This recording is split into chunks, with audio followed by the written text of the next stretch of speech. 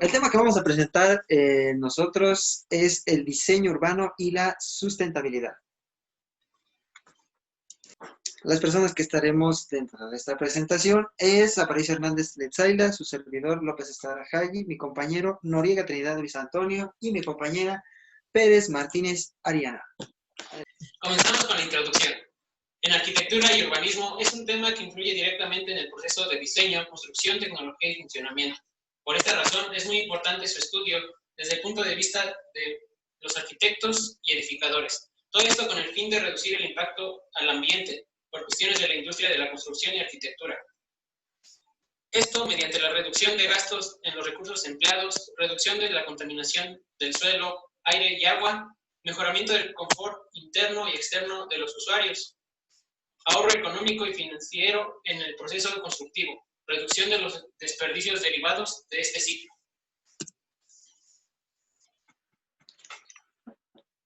Listo, como primer tema, como primer aspecto que vamos a ver es el proceso general del diseño ecológicamente responsable. Esto va a ser la manera de ver la actividad de la planeación urbana de las ciudades desde un enfoque sustentable y reciente, conforme a las nuevas necesidades y requerimientos de la ciudad, en donde se trate de integrar las actividades que ahí se realicen por parte de los habitantes. Este proceso se divide en 5 fases. La primera de ellas es el prediseño. En este se realizan las primeras trazas y consideraciones del diseño general y en este se va a implementar las primeras estrategias.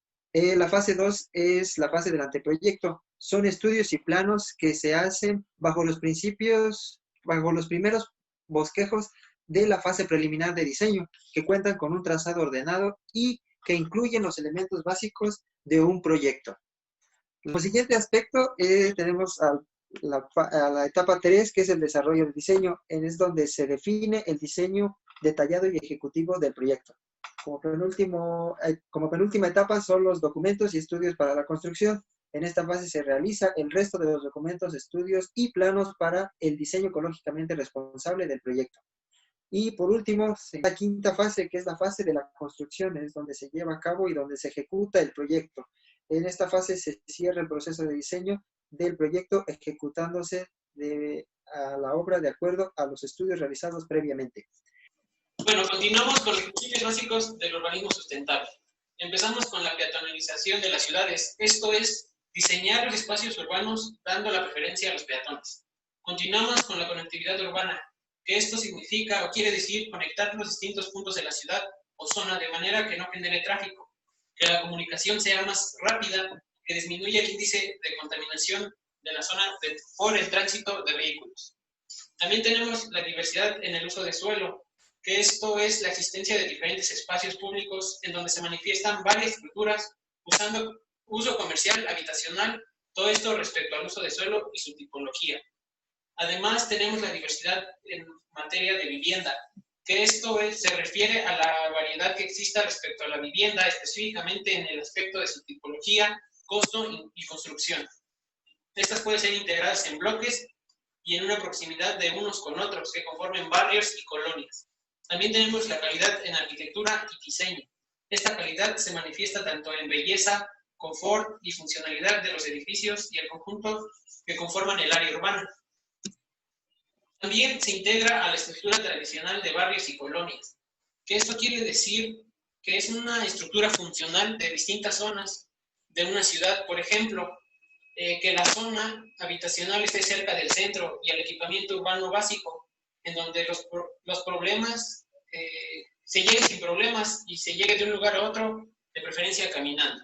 También tenemos el incremento de la densidad de la urbana. Se refiere básicamente al aumento de la mancha urbana y a la infraestructura y el equipamiento que ocupa mayor espacio en la ciudad o en sus alrededores. También el transporte inteligente, que esto es promover y hacer uso del transporte público mediante nuevas tecnologías, menos contaminantes y más eficaces, de acuerdo a la conectividad de las ciudades. Puede ser a partir del uso de bicicletas, motocicletas o también desde caminar.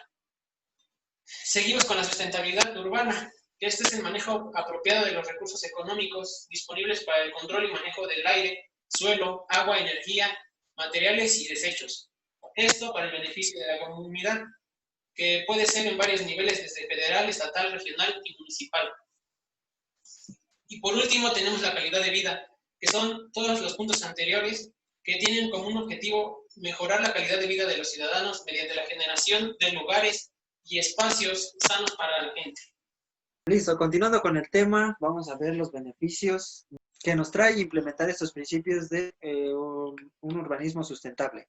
Para los habitantes tenemos una mayor calidad de vida, un menor tráfico de vehículos, vida con menor estrés, mejores lugares de trabajo y esparcimiento, mayor conectividad de un lugar a otro y por lo tanto una reducción importante de la contaminación ambiental. Tenemos a los beneficios para los negocios. Esto nos da un incremento en las ventas debido a la peatonalización de las ciudades, menos estrés en el abastecimiento comercial por habitante, un ahorro económico en el transporte y una notable disminución en las rentas y zonas comerciales y un aumento de oportunidades desde una baja escala hasta una alta escala de negocios y oportunidades para el turismo. Tenemos los beneficios para los desarrolladores, que son mayores oportunidades de desarrollo inmobiliario, más ventas por metro cuadrado de terreno, una mayor plusvalía en los terrenos, un ahorro de costos debido a los ahorros en tiempo de ciudades que adopten un crecimiento inteligente, un ahorro en estacionamiento funcional, que funcione de manera mixta, un ahorro en instalaciones para estacionamiento y una reducción del impacto hacia la infraestructura urbana. Y por último, la reducción de los gastos por impacto ambiental. Por último, tenemos los beneficios para un ayuntamiento, que va a ser la mayor estabilidad de un pago por impuestos, menor el gasto per cápita por infraestructura, un menor tráfico vehicular, menor gasto de seguridad pública debido al aumento de gente durante el día y noche, mejor imagen e identidad a la comunidad y a la ciudad, menor riesgo de crecimiento urbano desmesurado e inseguro, una mejor relación entre autoridades y ciudadanos y una reducción de los gastos por impuesto ambiental. Listo, para que el urbanismo sustentable pueda aplicarse en México, existen obstáculos que debemos vencer. El primero de ellos es un costo alto inicial que supone adoptar una racionalidad ambiental en materia de urbanismo. El siguiente obstáculo es un notable atraso tecnológico y científico que impide adecuar los dispositivos necesarios para hacer sustentables a las ciudades. En este aspecto se refiere a que salen muy caros implementar sistemas como lo son paneles fotovoltaicos, crear electricidad por medio de por la parte eólica y bueno, continuamos con ampliar y modificar la normativa vigente en materia de desarrollo sustentable y planeación sustentable, así como sus políticas públicas. Como penúltimo aspecto, tenemos restaurar y convenir los intereses políticos y sociales respecto al uso del suelo. Y por último, corregir lo construido y urbanizado dentro de lo desmesurado y no planeado en las ciudades. Dependencias de gobierno que regulan el diseño urbano y sustentabilidad. La Política Nacional Urbana Sustentable debe vincular y coordinar tres sectores: el ambiental, el transporte y el desarrollo urbano. Las tres instituciones líderes de estos sectores es la Secretaría de Recursos Naturales, Semarnat, la de Comunicaciones y Transportes, la SCT, y la de Desarrollo Agrario, Territorial y Urbano, la SEDATU, que éstas deberán trabajar coordinadamente de manera que los objetivos de crecimiento bajo en carbono, infraestructura y desarrollo urbano, además de vivienda, sean congruentes. Sostenibilidad espacial. La habilidad de los recursos de la naturaleza de manera responsable, porque bien sabemos que estos son limitados. Cuando hablamos de procesos de urbanización, el cuidado del medio ambiente implica una planeación ordenada. Se busca que el suelo sea eficiente y funcional. Esto se logra mediante la implementación de infraestructura y servicios. Esto no es una tarea sencilla, ya que se debe contener la extensión desordenada de las zonas urbanas. Para esto se debe, número 1, fomentar estructuras urbanas compactas. Número 2, planificar los usos de suelo y la movilidad. El transporte público es un elemento central de la ciudad sostenible. Y por último, priorizar la rehabilitación de espacios para así conservar los elementos naturales significativos. Reducir el consumo del suelo. La construcción de infraestructuras de comunicación y equipamiento son las principales causas de la expansión y utilización del suelo. La mayoría de veces estos están sobredimensionados y mal ubicados. Es por esto que se sugiere el diseño de rutas de transporte colectivo, de carriles de uso exclusivo y fomentar la utilización del subsuelo. Y en el caso de los equipamientos, estos deberían ser pequeños y multiusos. Evitar la dispersión. El usar más suelo del necesario solo nos trae cosas negativas, como es la escasa jerarquización del espacio, la fragmentación y la división del territorio. Todo lo anterior dificulta la comunicación, creando así una ciudad fragmentada, ya sea física, social, económica o ambientalmente. Por eso es de suma importancia que se evite la dispersión, cambiando el tipo de modelo de ciudad a uno que permita imponer limitaciones. En la actualidad, los modelos de producir ciudad en la mayoría de la metrópolis son muy similares, ya que en términos generales se observa un cambio morfológico relevante. La transformación de espacios urbanos compactos a territorios extensos y fragmentados, que como resultado del uso intensivo del automóvil y del aumento en la construcción de vivienda unifamiliar o de zonas de servicios en la periferia de las ciudades, provocan espacios monofuncionales, monosociales, autoexcluyentes que no cuentan con algún servicio urbano, y por lo tanto se crea una dependencia absoluta de centros y subcentros. El resultado de esta forma de desarrollo urbano es la ocupación explosiva e intensiva del territorio, ocasionando la dispersión de la ciudad y singularización de asentamientos urbanos y espacios naturales. Al contrario, el urbanismo sostenible busca favorecer la mezcla de usos y tipologías, evitar la excesiva especialización de los espacios urbanos, potencializar la complejidad funcional con multitud y diversidad de usos, de tipologías edificadas y de interacción social, procurar la movilidad sostenible, promueve la conservación de ecosistemas únicos a través de adecuaciones de edificios y de la rama urbana con el medio natural. En otras palabras, complejizar la ciudad es el incremento de las interacciones, así como la variedad de elementos que conforman el espacio urbano.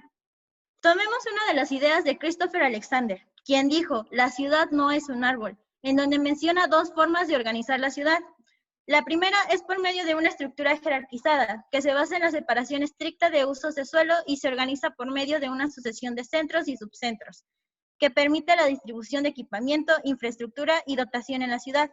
La segunda, al contrario, es denominada como semi-reticulada, en donde cada elemento puede depender de varios conjuntos o subconjuntos, dando lugar a una estructura mucho más flexible y eficiente.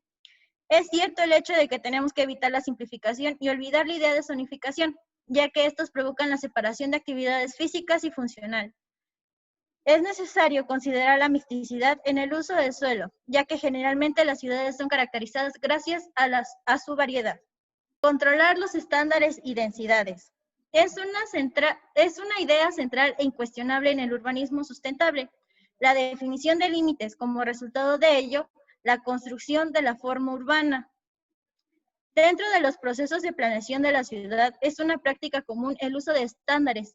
No siempre estas herramientas son utilizadas como límites en la construcción, ya que han ocasionado perversiones y derroche de recursos. Es común observar que en el planteamiento y la aplicación de estos estándares hay heterogeneidad, poca accesibilidad y confuso manejo y excesiva complejidad. Requiere de una discusión minuciosa a base de un fundamento teórico y de la aplicación de la información. Para que el proyecto sea parte de una ciudad sustentable, los estándares deben de ser replanteados y modernizados para que sea efectiva. También debe de contar con servicios e infraestructuras dimensionadas de forma adecuada para el buen desarrollo de actividades urbanas, al igual que no debe de desperdiciar ni el suelo ni los recursos. También deben de ser necesario que los estándares y densidades cuenten con una progresión de valores y no de criterios mínimos. Rehabilitar. Se le conoce como una de las estrategias más importantes de la ciudad sostenible, ya que no solamente se debe de enfocar en la urbanización, sino que, ¿qué hacer con el edificado? El recuperar la ciudad contemporánea se le conoce como el principal objetivo de la ciudad sostenible, efectuar a través de un desarrollo urbano integrado, que revalorice el diseño urbano y el espacio público. Es importante mencionar que la rehabilitación suele manejar costos superiores a los de la nueva urbanización, ya que los edificios deben de ser rehabilitados con criterios de eficacia mediante la capacidad, la integración de los tejidos existentes y con la disminución de la superficie urbanizada, con lo cual se evitaría consumos de energía y combustibles y por lo tanto una mayor contaminación. Es cierto, en la actualidad hay que dar por hecho que ya no se puede rehabilitar simplemente con criterios de eficacia, sino que se impone una rehabilitación con criterios de sostenibilidad. Este caso implica el aumento de la calidad del entorno urbano. Es definitivo, la rehabilitación es necesaria, tanto para la visión de la reconversión de los edificios como de la estructura urbana y del espacio público. En efecto, el urbanismo sustentable, al igual que la arquitectura sustentable, implica el aprovechamiento de los recursos naturales para mejorar el medio ambiente y las ciudades, la calidad de vida de los habitantes y para reducir el impacto ambiental. Concluimos que el urbanismo sustentable o nuevo urbanismo está encaminado a prever una mejor calidad de vida en los usuarios o habitantes, de disminuir la contaminación ambiental y de hacer más cómoda y funcionales las ciudades.